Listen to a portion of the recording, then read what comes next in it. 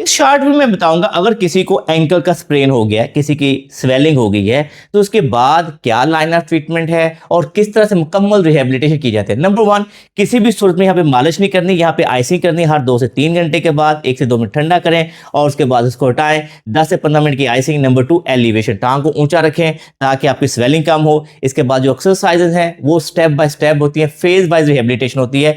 जैसे इस बच्चे का केस हमारे पास आज पहला दिन है कि अब इसको हुआ है तो ग्रेड 1 का है, तो लिहाजा हम इसके अंदर जो एक्सरसाइज करवाने लगे हैं आपको समझाएंगे अगले 2 से 3 हफ्तों में कैसे मुकम्मल रिकवर करेगा। नंबर 1, पाँव को बेटा अपनी तरफ खींचो। ये एंकल स्प्रेन वाला पाँव है, अप एंड डाउन करो, ठीक है। आपने 20 से 30 दफा सुबह दोपहर शाम पाँव हिलाना है ताकि आपकी ये मसल स्ट्रांग रहे।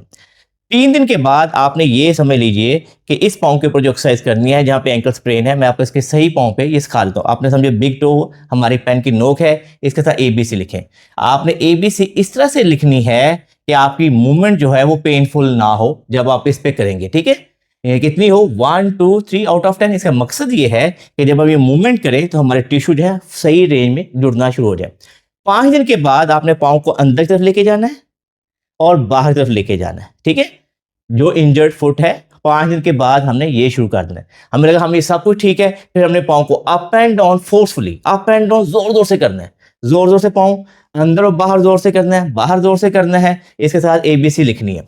जब ये हो जाए तो 1 हफ्ते के बाद हमें लगा हम कंफर्टेबल हो गए हैं, हमारा चलना फिरना भी पेन फ्री हो गया है, तो फिर हम अपने टोज पे आ जाएंगे और हम दीवार पे हल्का सा हाथ रख के काफ रेजेस करेंगे, ठीक है। ये हमारे काफ रेज बहुत हो जाएंगे। 2 दिन किया, पिछली सारी एक्सरसाइज के अंदर शामिल हैं, लेकिन साथ ये ऐड करते लगा ये भी ठीक हो गया। फिर हम एक पाँव पे खड़े हो जाएंगे और हम बैलेंस करेंगे। साथ दीवार होगी, जरूरत पड़ने पे हम हाथ रख लेंगे ताकि हमारा बैलेंस भी इंप्रूव हो जाए। जब लगा ये भी ठीक हो गया है तो 10 दिन के बाद सिंगल लेग काफ रेजेस करेंगे। सिंगल लेग काफ रेजेस करेंगे तो इसका मतलब ये कि चीजें हमारी 2 हफ्तों में पेन फ्री हो गई हैं, सीढ़ियाँ चढ़ना नॉर्मल हो गया, चलना फिरना नॉर्मल हो गया। देन हम अपनी बैडमिंटन की हल्की हल्की प्रैक्टिस शुरू कर देंगे, हल्की हल्की जंप्स, ठीक है, और हल्की हल्की जो है शैडो ट्रेनिंग शुरू कर देंगे।